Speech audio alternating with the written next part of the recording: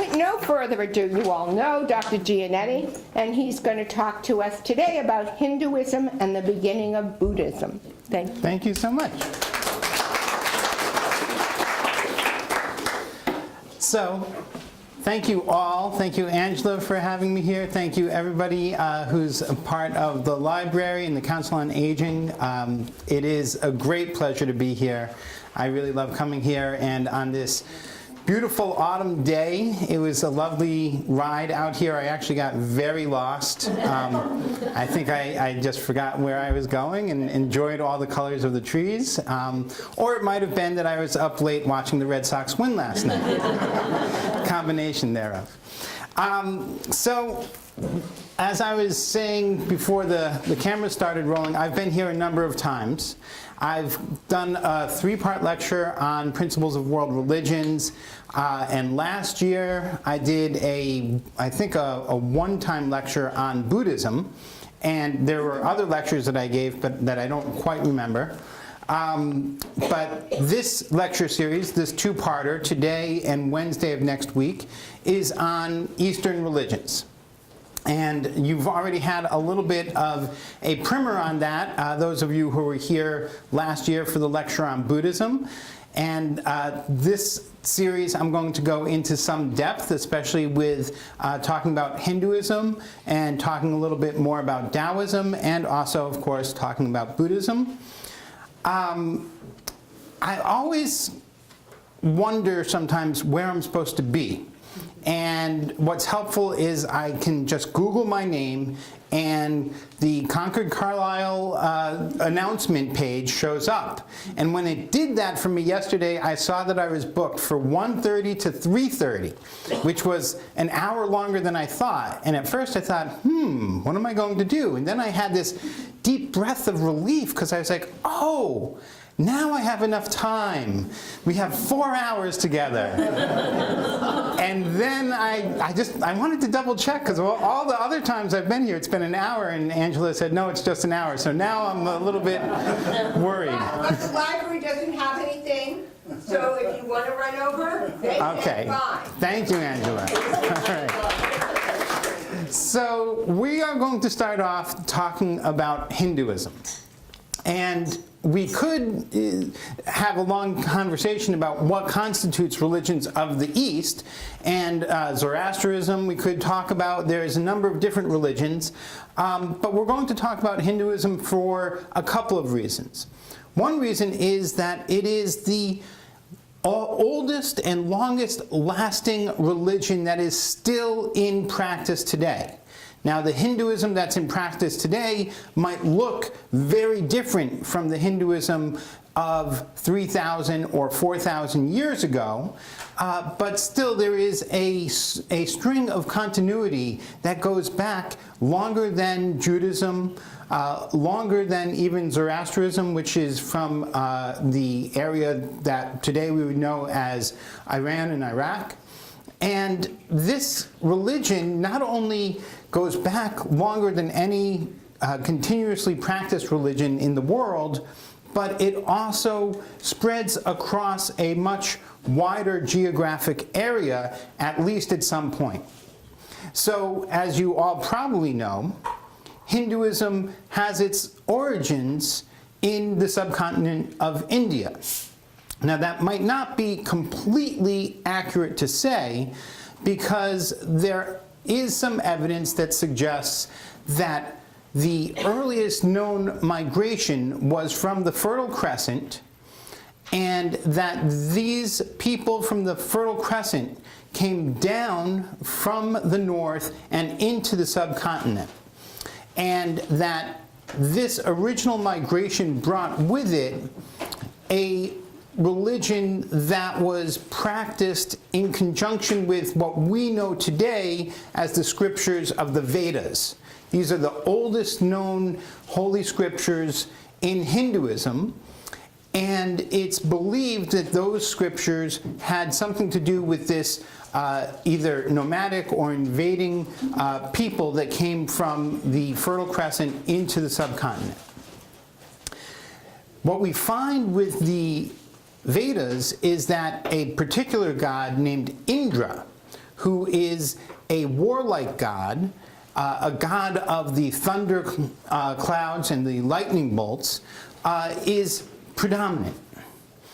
And that there is a number of passages that speak about rituals that have to do with a mysterious drink called the soma.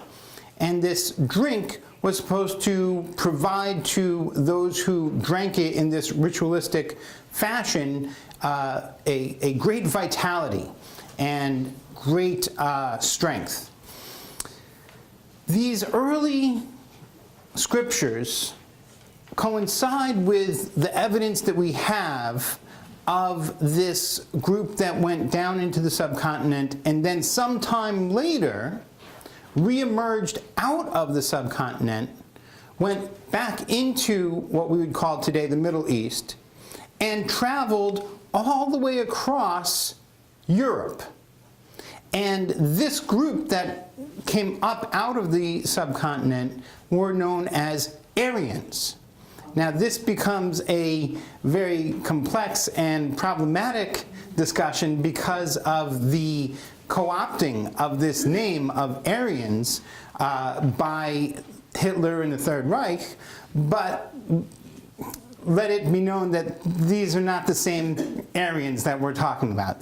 The Aryans that came up out of the subcontinent of India were, so far as we can tell, very warlike, and they had conquered a vast expanse of land, as I mentioned, all the way from the Middle East to Western Europe. And in fact, one little fun fact that you might like to know is there's 2 countries today whose names are still based on the name Aryan. One of those, you might have guessed, is Iran. Aryan, Iran. The other one might not be so obvious to you. The other country that is based on this name is Ireland. So that gives you a sense of how far these people traveled. So there's this sense of great time that Hinduism spans, and also a great expanse that it covered.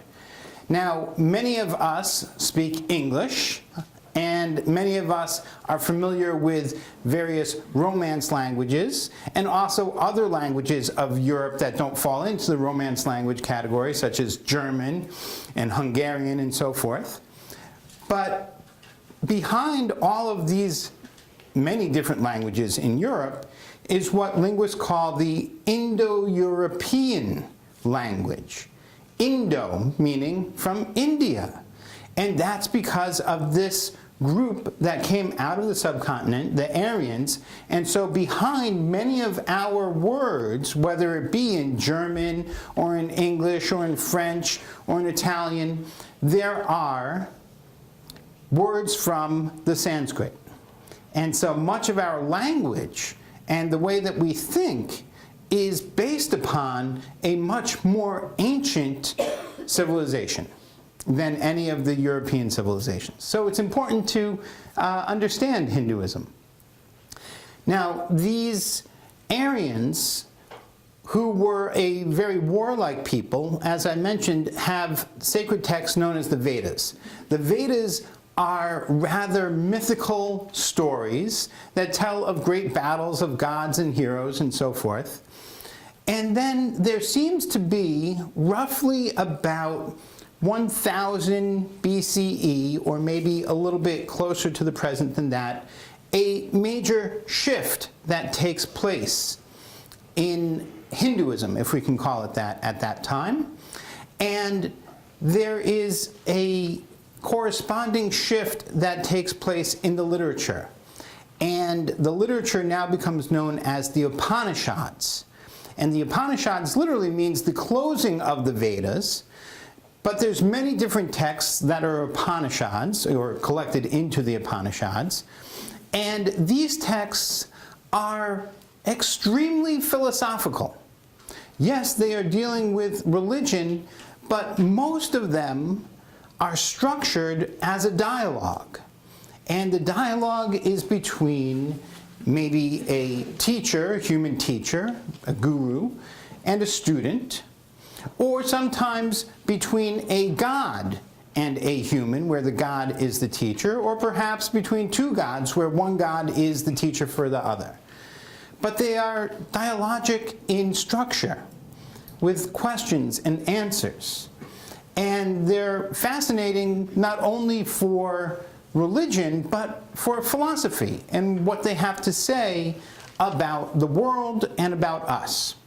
If I were to suggest one major focal point, or a fault line, if you will, that separates Eastern religion and perhaps even Eastern philosophy from West, that would be the point of the notion of self.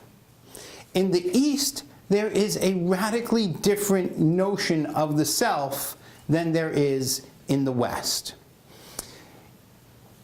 In the West, we tend to think of the self sort of like a peach. This is an example that I heard used once, and I think it works pretty well. On the outside, there is the appearance, right? And that appearance is soft and fuzzy, right? Kind of like us human beings. And when you go in a little bit further, it's fleshy, right? Also kind of like us. And when you keep on going in, at the center, you find a hard core, right? Or as my mother might say, just the pits, if you look hard enough, right?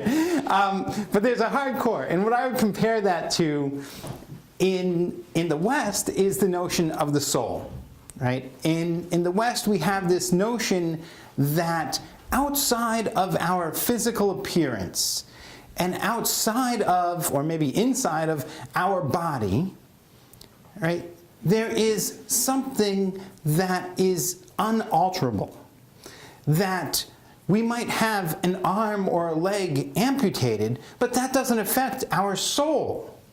And in fact, we might die, the end of the physical body. But our soul, whatever that means, lives on. And in most conceptions of an afterlife, whether Jewish or Christian or Muslim, this notion of a soul is of an individual soul, right? The questions that are brought to Jesus in the Gospels are, will I still be married when I get to heaven? Well, that presupposes that whatever this soul is really going to be identified with me, and I'll identify with it, right? That it perdures through whatever transformation takes place. In the East, in the analogy to food, the self is much more like an onion, right? Also like Shrek. Shrek says he's like an onion because he stinks. No. But in the East, it's like an onion because there's many different layers to the self. And when you peel them away, eventually you get to nothing. There's nothing at the center. Now, there's a very big difference, a pivotal point in the East between Hinduism and Buddhism. We'll talk about the Buddhist notion of self next time, which will be next week on Wednesday at 1:30. But today, let's talk about the Hindu notion of the self. Because as we study these Upanishads, these philosophical texts from Hinduism, they seem to turn on one crucial topic, and that is the self. All of these Upanishads, to one extent or another, are trying to educate the student in order to get the student to know him or herself better. It's, before all of the self-help genres that were out there, these were the original self-help. And the original form that self-help took was seeking for self-knowledge. Who am I? What am I? And that's what the Upanishads attempt to teach. The I'm going to save you all a lot of time. Not that you shouldn't be reading the Upanishads and maybe even the Vedas. And I'm sure that you all have in preparation for today's class. But I'm going to save you a lot of time, and I'm going to get right to the central message. It's almost a formula of the Upanishads. And there's a couple of ways that it's articulated. One way in the Sanskrit is to say tat vam asi. Tat vam asi. Tat in Sanskrit means that. Vam means are. Asi means thou or you. And so in English it would translate as thou art that. You are that. What does that mean? We're going to get there. Remember, I'm saving you thousands of pages of reading. You can't get it all right at once. But that's one of the central formulas of the Upanishads. The other way that it's formulated is as Atman Brahman. Atman Brahman. Atman in Sanskrit means the self. And Brahman is the supreme deity. The supreme deity. Now, in order to understand these kernels of the Upanishads, we need to better understand the theological structure of Hinduism. What is Brahman? If we're going to understand what is the self, we also need to understand what is Brahman if Atman equals Brahman, if the self equals Brahman. In Hinduism, there are many, many gods. It could be described as polytheistic, that many, many things are divine. There are many different gods. It could even, on some readings, be described as pantheistic, that everything is divine. Now, we're going to come back to that notion in a little bit once you understand what we're talking about with regard to the self. Remind me to talk about pantheism.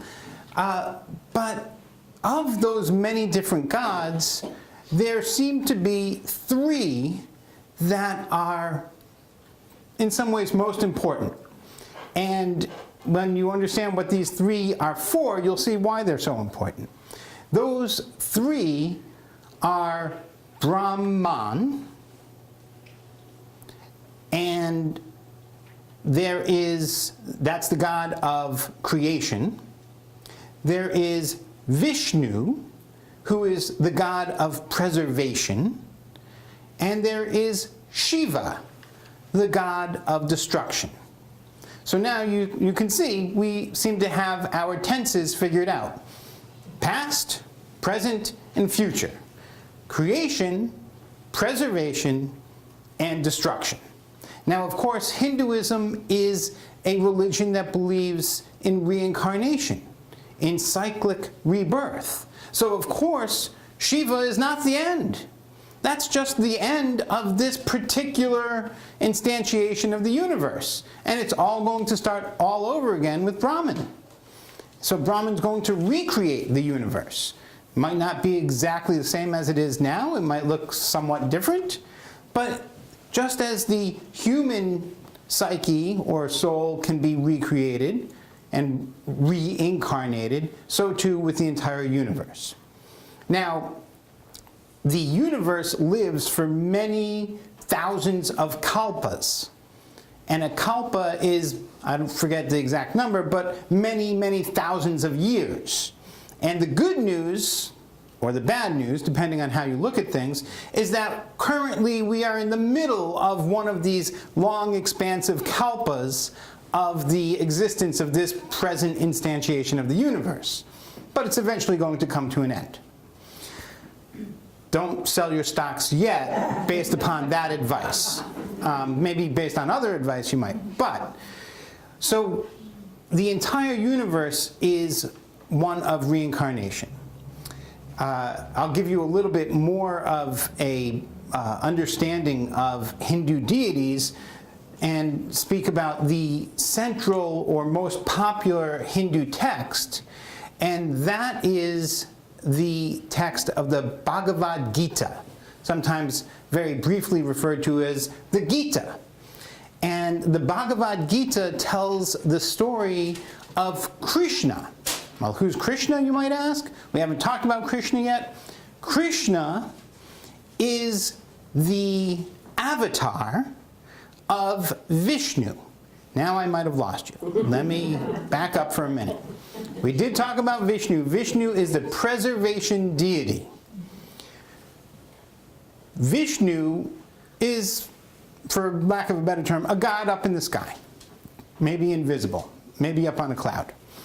But Vishnu can have earth-like instantiations.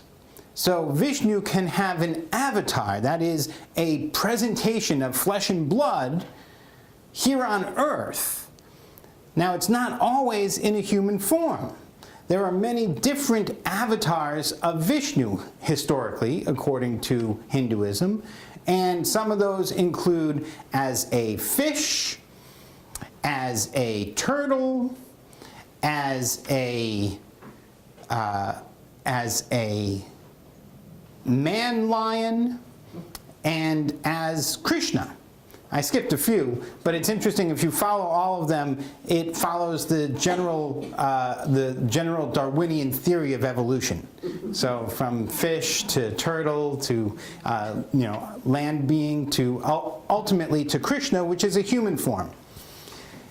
In the Bhagavad Gita, which is actually, it's probably about 100 pages or so of text, depending on the translation and the font, but it comes from a much larger story called the Mahabharata. In the Gita, we are presented in the first chapter with a beautiful piece of cinema. You might wonder, how is it cinema? It's before movies. Well, every time I read it, I can only picture it as being one of the great MGM epic classics, because it opens up on a battlefield.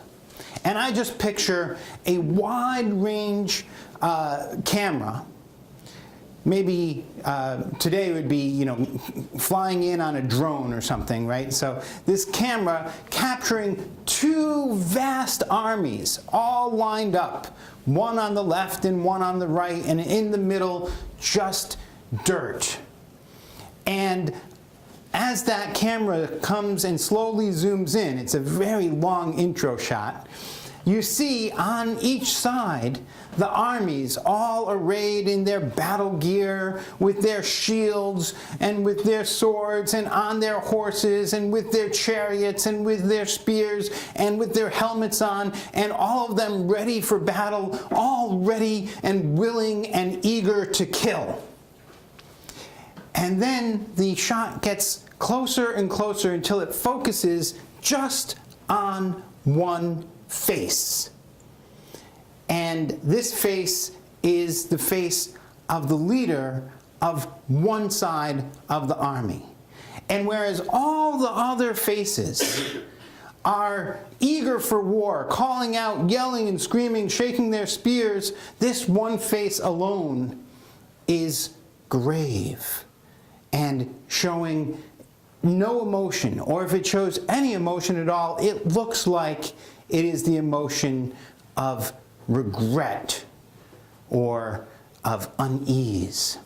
And this is the king who is charged with leading his army to battle. And this king is in a chariot.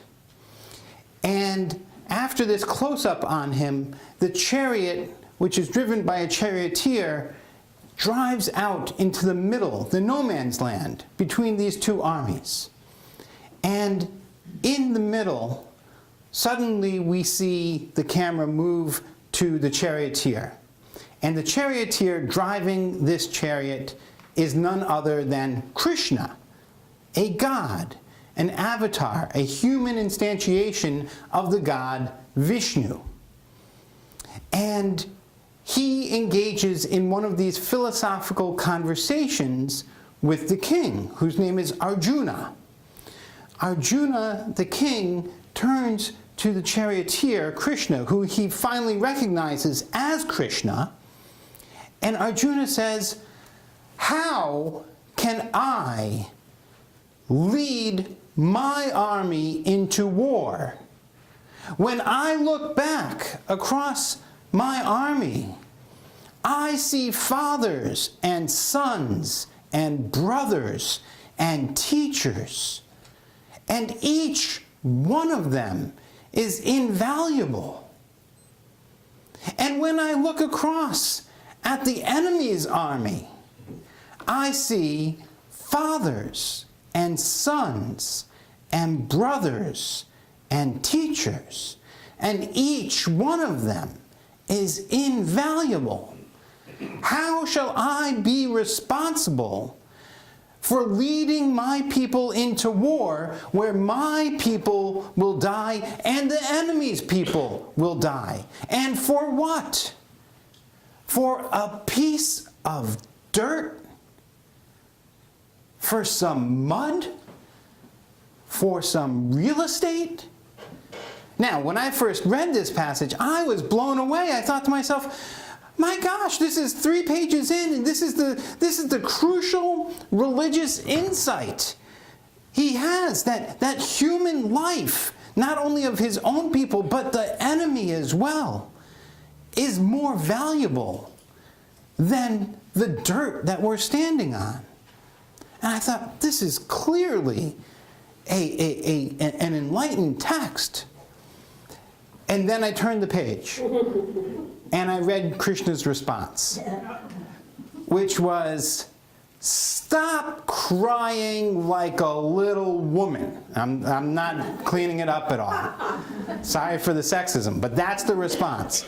Stop crying like a little woman, and man up and lead your people into war. And I was like, wait a minute.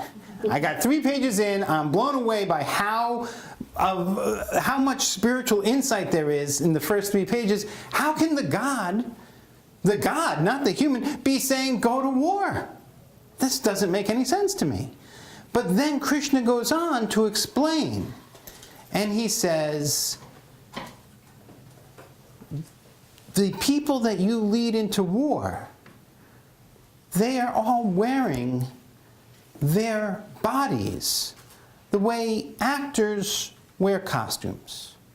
When the actor is done acting, he or she takes the costume off until the next performance.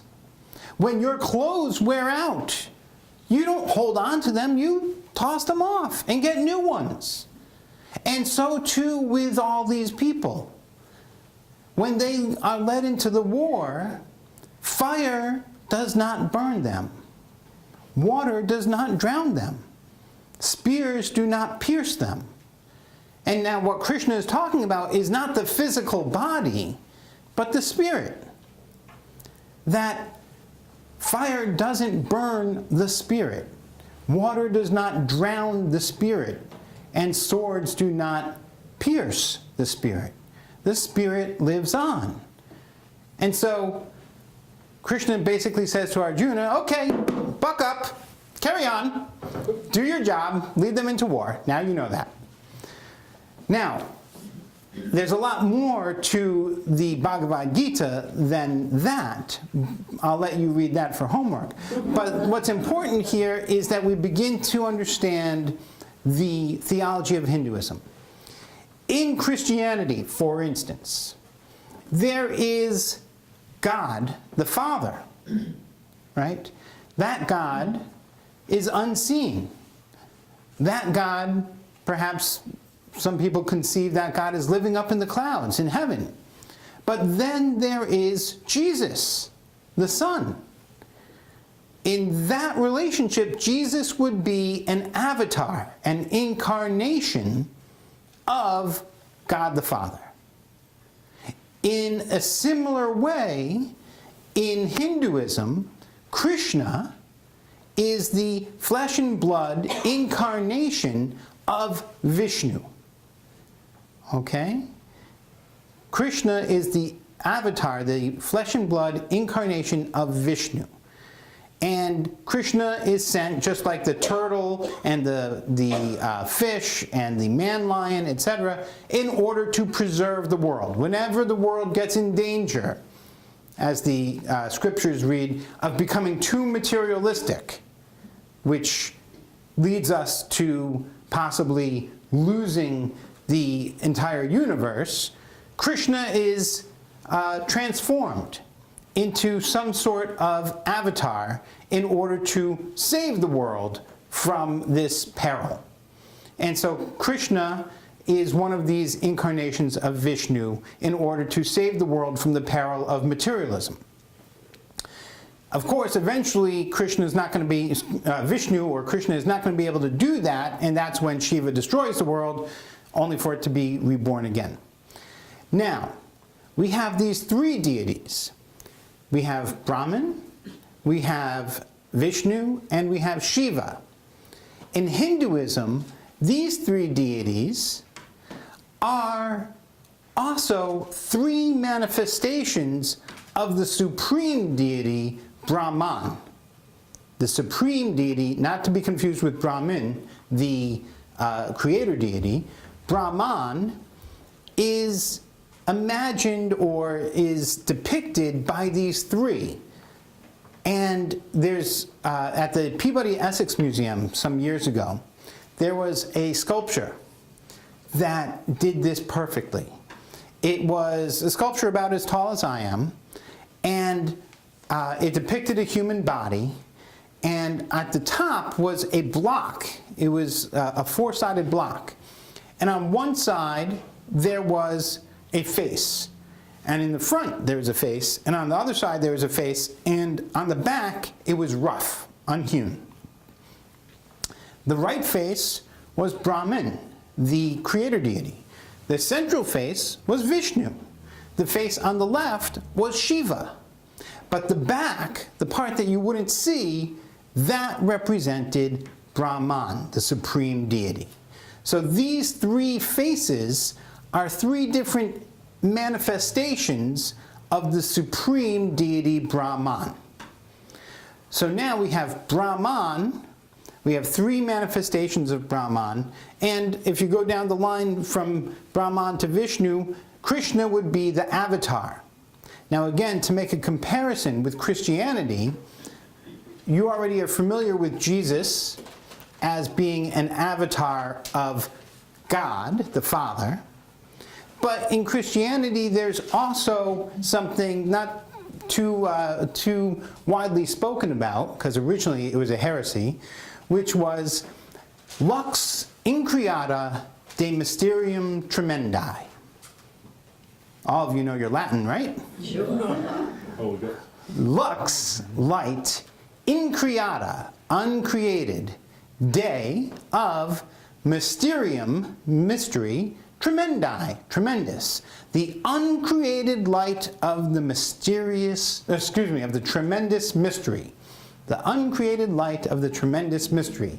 This, in Christianity, is the notion of a God that we cannot know. Right? So there's Jesus, there's God the Father, and then there is this unknown God. Lux increata de mysterium tremendi. I know I sound like I'm saying something from Harry Potter, but trust me, this is actually part of Christian theology.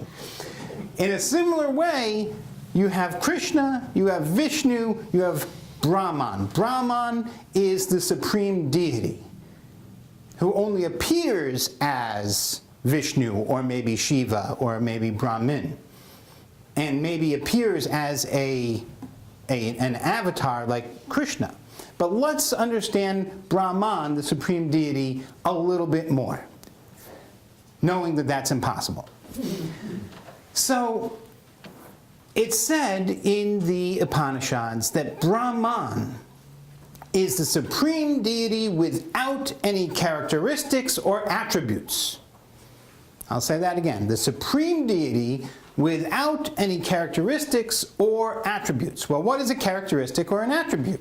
Well, let's take this podium as an example. A characteristic of this podium is that it's made out of wood. That it's, 3.5 feet tall. that it has a certain sound to it, a certain density, it has a certain weight, it has certain dimensions. If I sniffed it, it might have a certain smell. If I tasted it, it might have a certain taste. So all of those are attributes or characteristics of this podium. Now, in your mind's eye, take this podium and one by one, strip it of each of its attributes or characteristics. So peel off its color, remove its height, take away its weight, remove any sounds that it would make if you rapped on it, take away what flavor it would be if you licked it, and so on and so forth.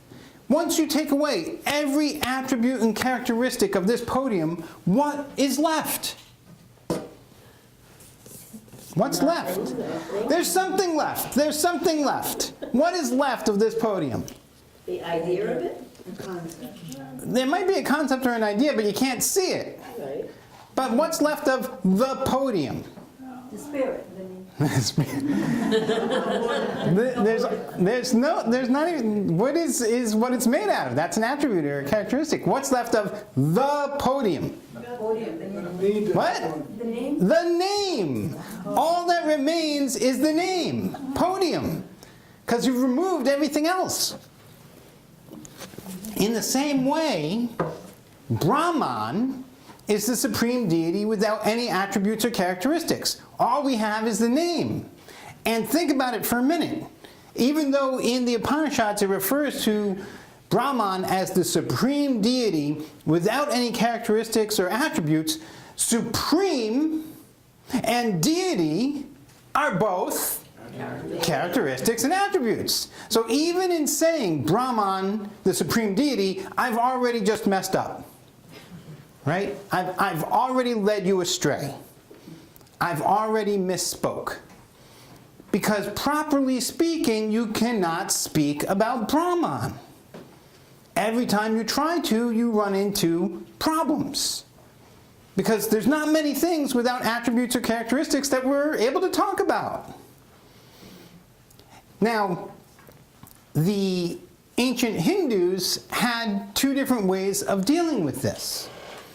One of those ways, if you believe Alan Watts, the great thinker about Eastern religions from the 50s and 60s, Alan Watts suggests that myth and all of its outlandishness, right? If you go to a museum and you see Indian deities with, 1,000 arms and 4 heads and things like that, what Alan Watts suggests is that the reason why myths in ancient India are so outlandishly crazy is because they're saying on a billboard, this ain't real. Don't believe this. This is an analogy. Please don't read me literally, right? So that's Alan Watts' take on the use of myth. Now, many, many years later than the Upanishads, we have a Hindu philosopher named Shankara who engaged in what modern theologians would call negative theology. Negative theology. So whenever a student asked him, what is Brahman? He had an answer, and it was nati nati, which translates roughly as not this, not that. Whatever you say it is, nope, that's not it. So you can go on forever talking about what Brahman is not. And that's negative theology. No, Brahman is not supreme. No, Brahman is not a deity. Well, if Brahman is not a deity, is Brahman mortal? No, Brahman is not mortal. It's just not that. It's never going to be that. That's negative theology. So Brahman is this deity that we can't think. We cannot think about it properly. It never enters into our minds in a completely kosher way, to mix religions. And so we can never speak about it. that would be Brahman. Brahman only appears as what Brahman is not, and that would be as Brahman, the creator deity, Vishnu, the preserver deity, Shiva, the destroyer deity.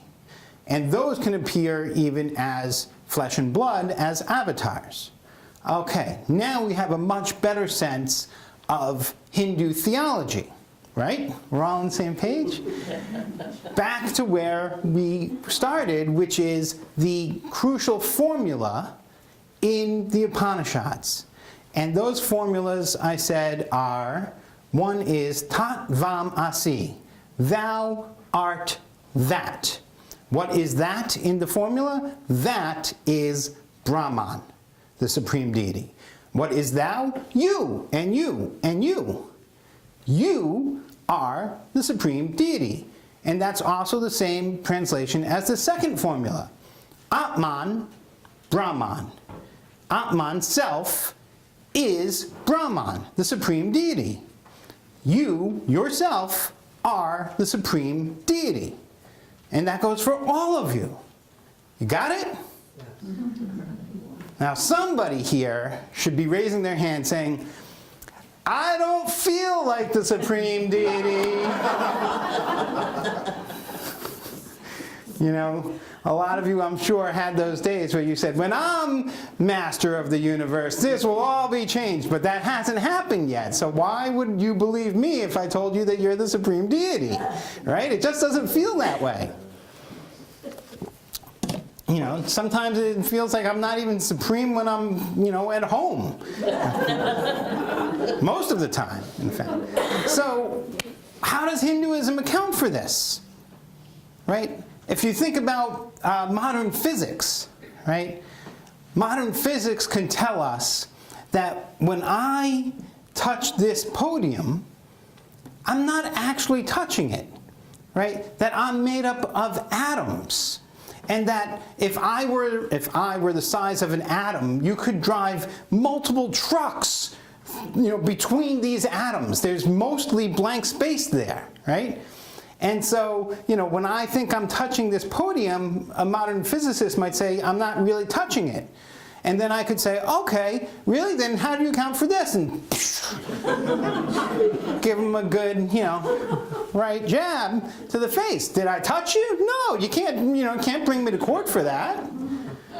So a modern physicist would say, well, we make up for that by explaining that between these atoms there's electromagnetism, and because we're such gross and dense stuff, it really feels like you're touching me, and that hurts, right? And also the law recognizes that. So, you know, I'm taking you to court.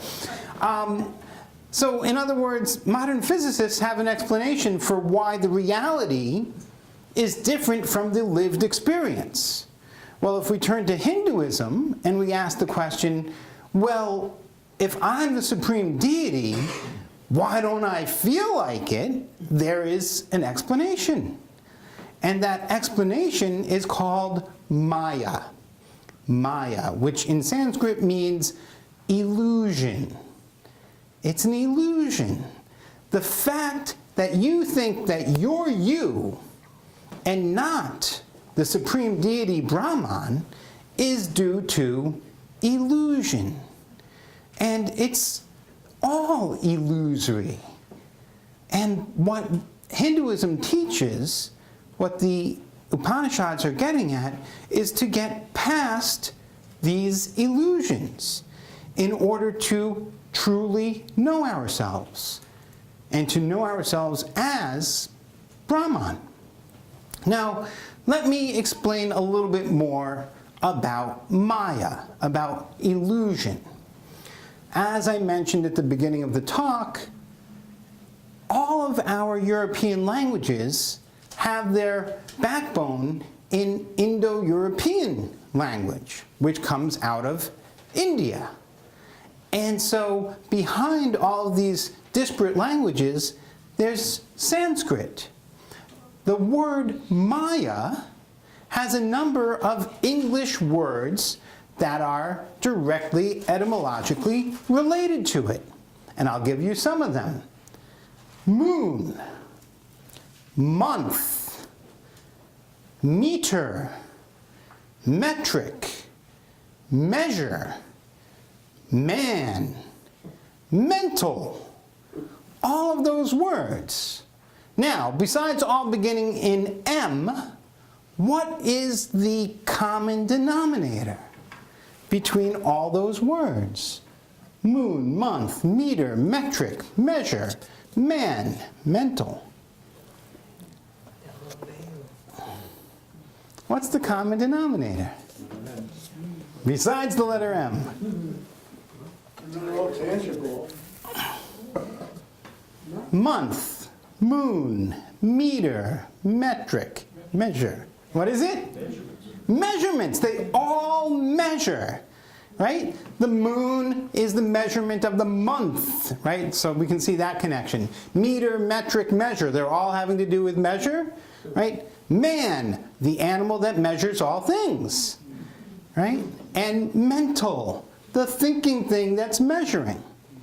Measuring is related to the word Maya, which means illusion. Well, how could this be? What might account for that? Well, let's think of something very modern. Okay? Let's think of the lines of latitude and longitude. If I told you that the 32nd parallel, the 32nd line of latitude, runs right in front of this library, how many of you, upon exiting, would trip over it? Why are you all laughing? Why? What is funny about that? We wouldn't trip on it. Why would you not trip on it? It's an illusion. Okay, so it's an illusion, you say. Does that mean it's not real? No, no. So it's real, but you won't trip on it? Right. I don't understand. How can it be real, but not something you'll trip on? It's a measure. It's a form of measurement. So it's not real in that, like this podium, you're not going to trip on it, but it's not completely an illusion either, because if it was totally an illusion, right, if it totally wasn't real, we wouldn't be able to fly planes from New York to Paris, right? And so there is something that is real about it, or we could say something that's useful about it, something that's helpful about it. But it's not real, if you will, right? And there's lots of different things like that. So I'm also willing to, I don't think I'm getting paid for this, but I'm willing to do a magic trick. This is my only magic trick, all right? I have one magic trick, okay? And I know that I have sleeves, but I have nothing up them. You have to trust me on this one, okay? So what do I have here?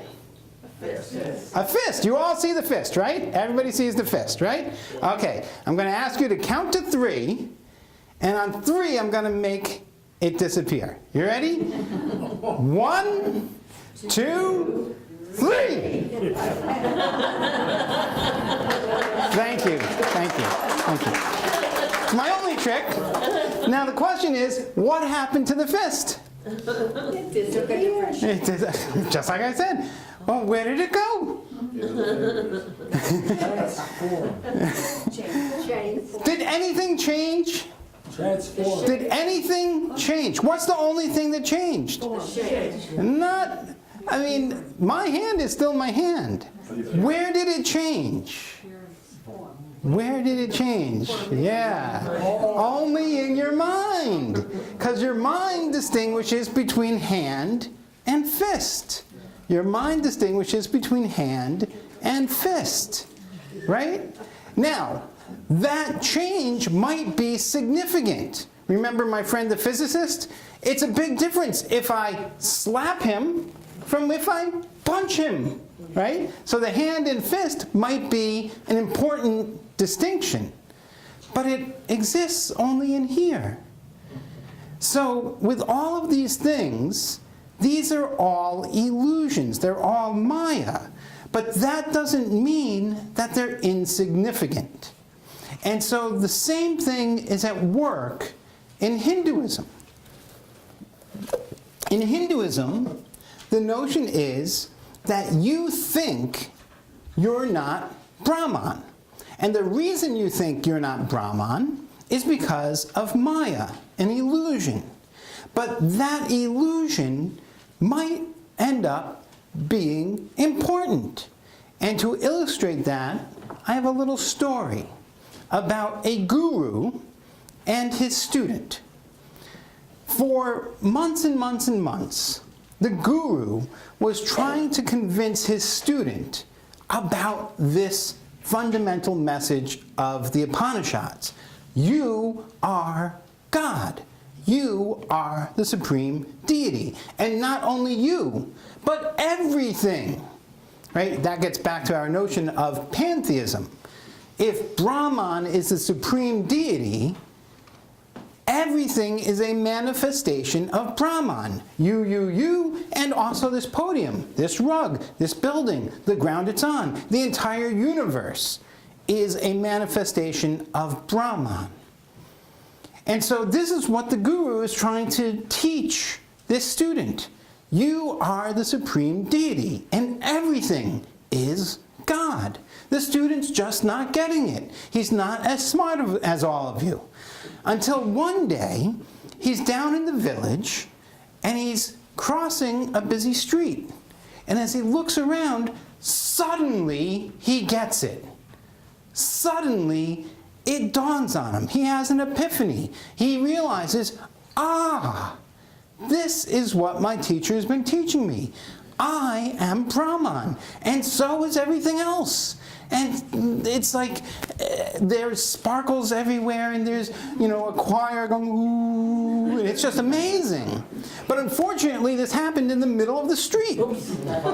And as it happens, there's an elephant with an elephant rider running down the main street, right? These are the equivalent of our, trucks that are driving down. And the elephant rider is yelling, "Get out of the way, get out of the way." But the student is still awe-inspired. Wow, God. And the elephant driver is yelling at him to get out of the way until finally the elephant comes right up to him and wraps its trunk around him and picks him up and throws him onto the side of the road. And he just, boom, hits a tree. The next day, he has bandages on his head and on his elbow, and he has a crutch and a broken leg, and he climbs up the steep mountain like this until he finally gets to the plateau where his teacher is. And his teacher says, "Student, what happened to you?" And the student has a big smile on his face and says, "I finally realized what you've been teaching me all these years. I finally got it." And the teacher says, "What is it that you got?" He says, "I understood that I am God, and everything's God. I get it now." And the teacher says, "Yes, but what happened to you?" And the student says, "Well, it happened in the middle of the busy street, and there was this elephant coming towards me.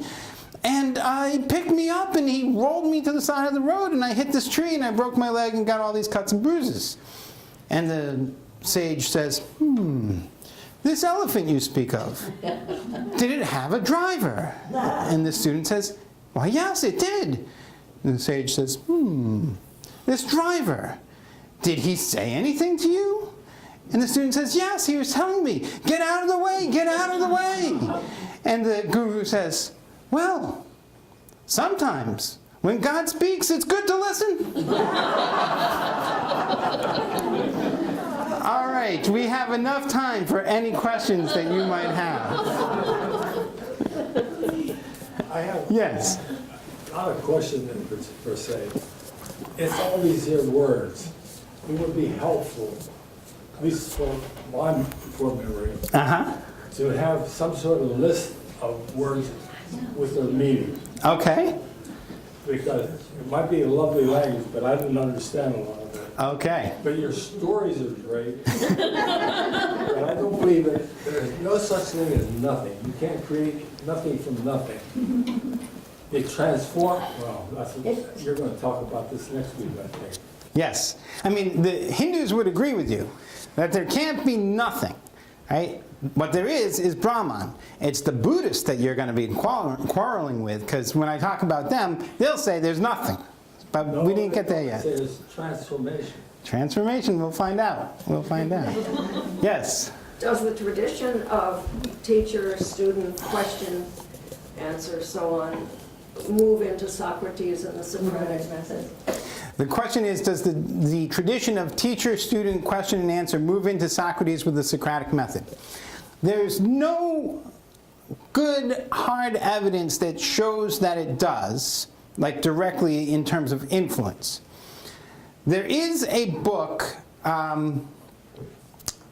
by Evily, E-V-I-L-Y, The Shape of Thought, that does a really excellent job of tracing Eastern thought and Western thought, and particularly during the Persian Empire, how the kings of Persia would bring wise people, and particularly doctors, from India, where they had trade, and Greece, where they had trade and also war, and bring them to Baghdad and have them converse there. So there is some evidence that there was at least the possibility of cross-pollination. But I don't know of anything that shows that Plato was directly influenced by this. However, one of the crucial things that it's great to remember with Socrates is Socrates inverses the relationship. In most wisdom traditions, there's a wise man, and usually it's a man, but not always. There's a wise man who is asked questions by less wise students. Socrates turns all that on its head. Socrates goes around asking questions of so-called wise men, right? The sophists, literally means wise guy, right? And he asks them questions.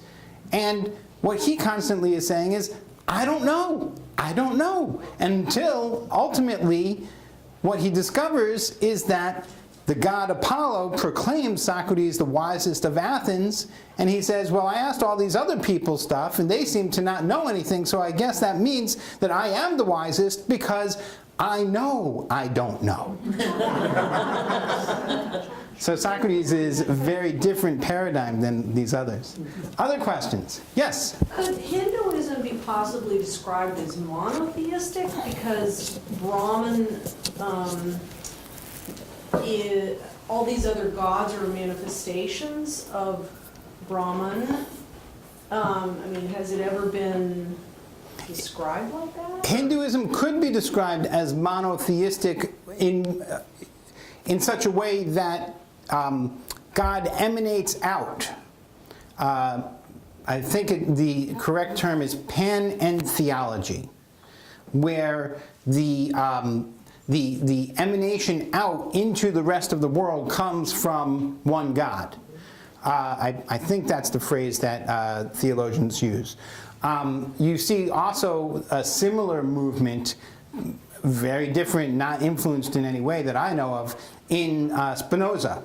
Spinoza has a notion, he's born Jewish, he has a notion of God as monotheistic, but there is an emanation of God into the world, as world. So you could look at it that way. Yes? Is it accurate to say that you find in other religions judgmentalism or judgment?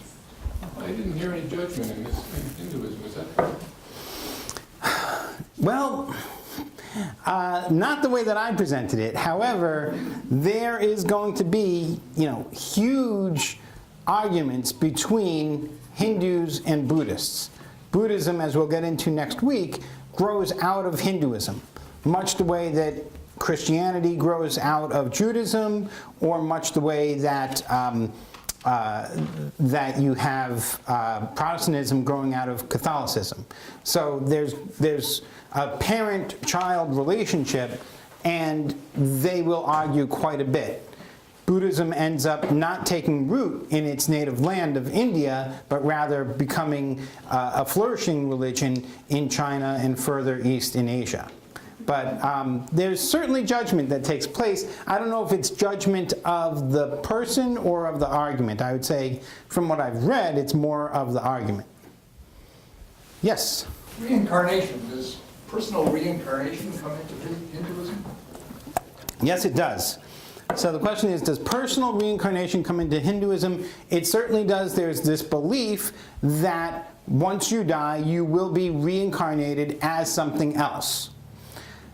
Now, what I find is many people in the West who hear about reincarnation find it to be a rather comforting idea, right? The notion that this life doesn't end at death, but rather I come back as something else. Even if that something else is a crustacean, at least I'm alive, you know? That seems to be rather comforting.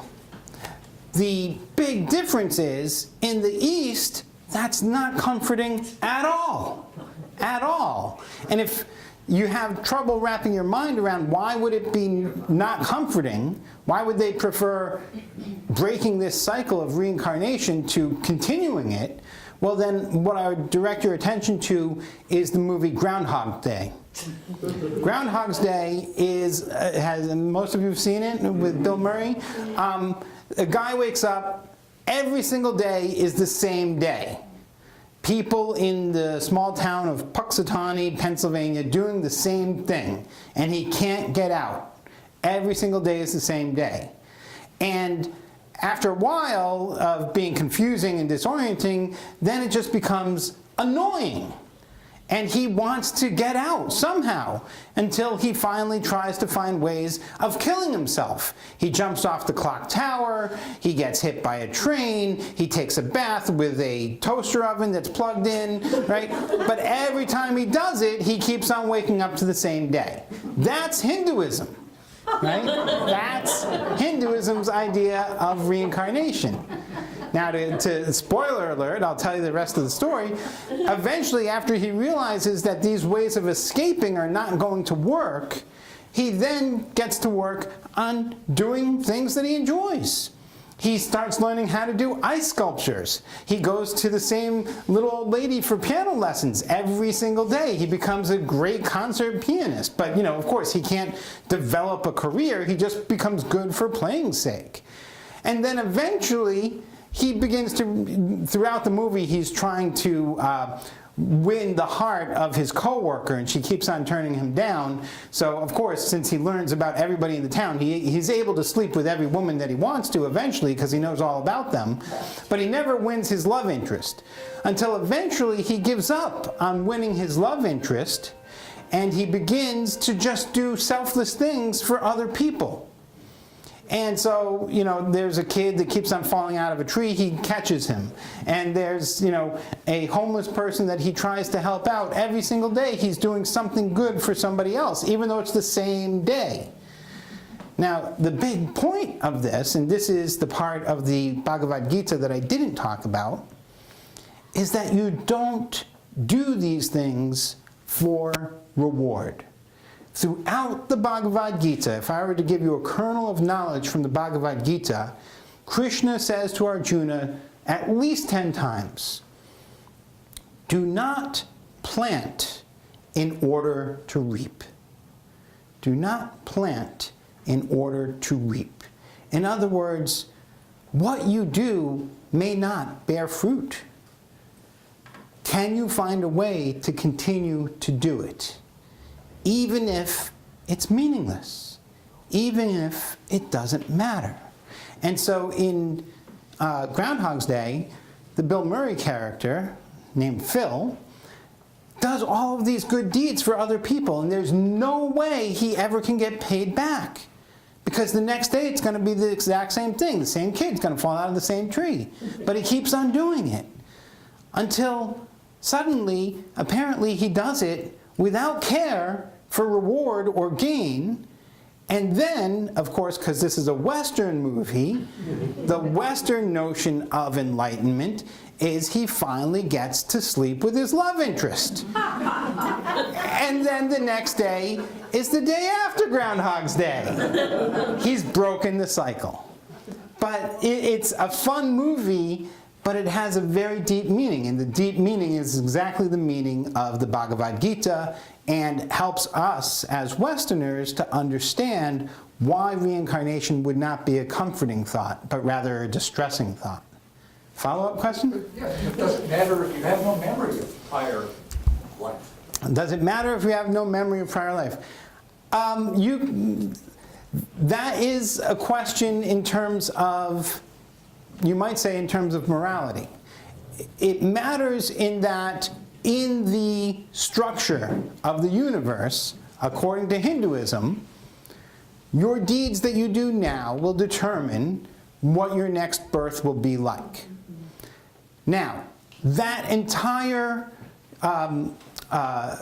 sort of scale of keeping track of good and bad deeds, that is a way of looking to get reward for the seeds that you sow, right?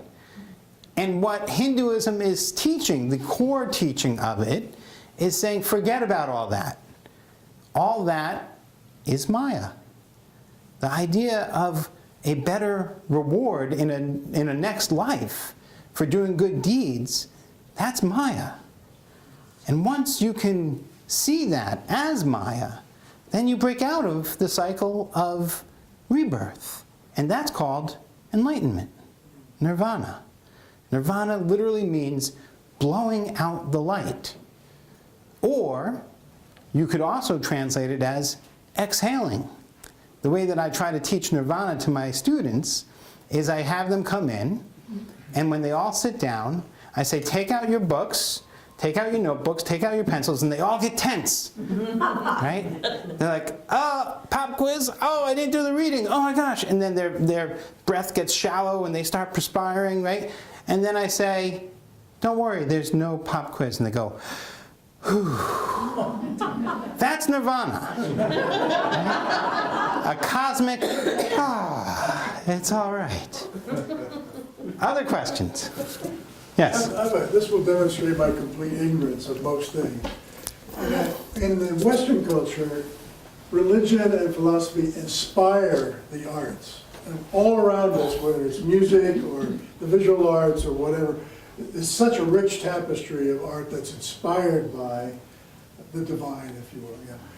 In Hinduism, is there as rich and artistic inspiration? And I mean, I don't know what it is because I'm not looking for it. Oh yeah. Don't know where to look for it. In Hinduism, so the question is, in Hinduism, is there as rich an inspiration from theology and religion as there is in the West? And I'd say at least as much, certainly. And in fact, in many different ways. In many different ways. So poetry, song, myth, but also in architecture, in statues, in reliefs, in, there aren't that many paintings that come from, 1,000 years ago or 2,000 years ago, but we can see many depictions on ancient temples. And this was, interestingly enough, ancient Hinduism had I would think, a lovely and healthy relationship to the body. When you see sculptures of Vishnu and Vishnu's consort Lakshmi, who is the goddess of good tidings or of good fortune, right? Somebody that you would pray to, before you buy your lottery ticket, their bodies look great. And, she's bare-chested and he's bare-chested and they look one. And there's all sorts, you've heard of the Kama Sutra, the book of worldly pleasures, if you will. There's all sorts of temples that depict all kinds of sexual acts. And what's interesting about these temples and these sexual acts from 1,000, 2,000 years ago, whenever they were built and sculpted, is that post-colonialism, people like Gandhi, who we think of as so enlightened, he was embarrassed by all of this. He thought that was a desecration and should not be shown, and that was an embarrassment of Hinduism. But there is plenty of stuff that is artistic inspiration from the religion. And I'd encourage you to, maybe next time I come, I'll bring a book and pass it around so people can look at it. Yes? So the concept of the self, do the Hindus not feel that they actually have a self? Backing up to what you're talking about with the peach and the honey. So ultimately, what would be at the center of that onion would be Brahman, right? That nothing, so to speak, is Brahman without attributes or characteristics. So there is a sense in Hinduism that there is a self, but that self is equal to Brahman. But does that mean that this self of flesh and blood that you see before you doesn't matter? No. Just like the lines of latitude and longitude, just like the difference between a fist and a hand, and just like that poor student crossing the street with the elephant, it does matter. You have to have a double vision. So is there kind of less of a sense of ego involved idealistically from like a Western? Yes. So what it would suggest is loosening up of our connection with the ego, right? We are not ultimately this flesh and blood, this mortal coil, right? And perhaps if there's anything that Hinduism has to offer us, it's, religions have to do with questions of ultimate meaning. And ultimately, we all face existential worries. We're all going to die. How do we face that? Hinduism suggests that this flesh and blood that you see before you is like the clothes that get worn out.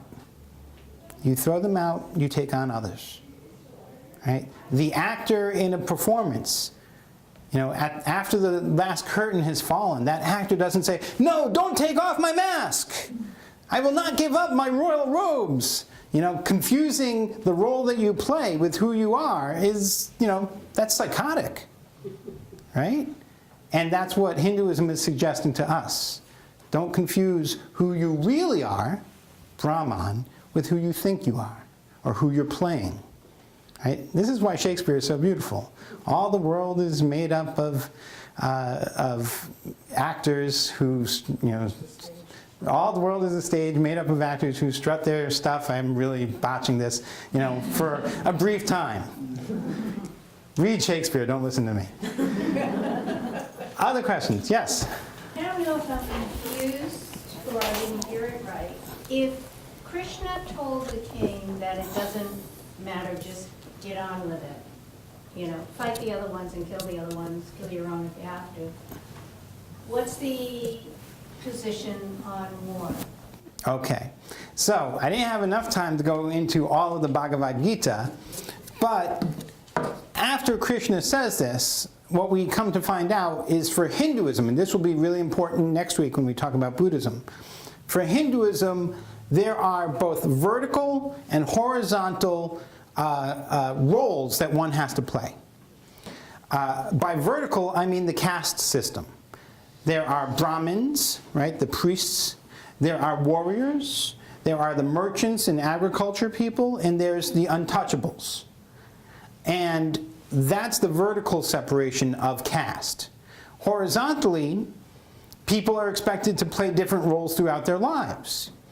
And somebody like Arjuna, who's a king and a warrior, would be expected to be a student as a young man, a householder, meaning he gets a wife and he has a child and he does the things that he's supposed to do according to his caste, which would be a warrior or be a king. And then he goes into what's called semi-retirement, which means you spend half your time doing worldly things and half your time doing spiritual things in the woods. And that usually happens when you become a grandfather, which back then would be like 40, right? And then you go into full retirement, which would usually be when you become like a great-grandfather, so around 60, in which case you no longer do anything that has to do with worldly stuff. You spend your entire time doing rituals in the woods. And so what Krishna is saying to him basically is upholding this social expectation. You are of the warrior class. You are at the age where you're expected to do your warrior duty. Go and do it. And Krishna says, for karma, for good karma, you have to do your duty. This is your duty. But then Krishna goes on to explain about Maya and illusion and all these other things, because Arjuna wants to know more. So there's the crassness with which Krishna originally rebukes Arjuna is tempered by this holding up of the social norms and also of the ultimate enlightenment, which comes later in the book. Okay. Plus it keeps the armorers in business. keeps everybody in business. Because that's one of the things we're going to get to that Buddhism challenges. Buddhism is going to say, you don't have to do all those things and wait till you're 60 in order to do all the spiritual stuff. You can do it now when you're 15. And Buddhism will say, doesn't matter if you're an untouchable or a king. Doesn't matter if you're a man or a woman. You can be enlightened. And that's going to upend the entire social structure of India. And that's one of the reasons why it doesn't grow. Yes? If there's one book that you would could you recommend that deals with Hinduism? If there's one book, if you could take only one book onto an island and you wanted it to be about Hinduism, the Bhagavad Gita is the one to go with. Forgive my ignorance, but I don't know how to write that down. B-H-A-G D-H-A-G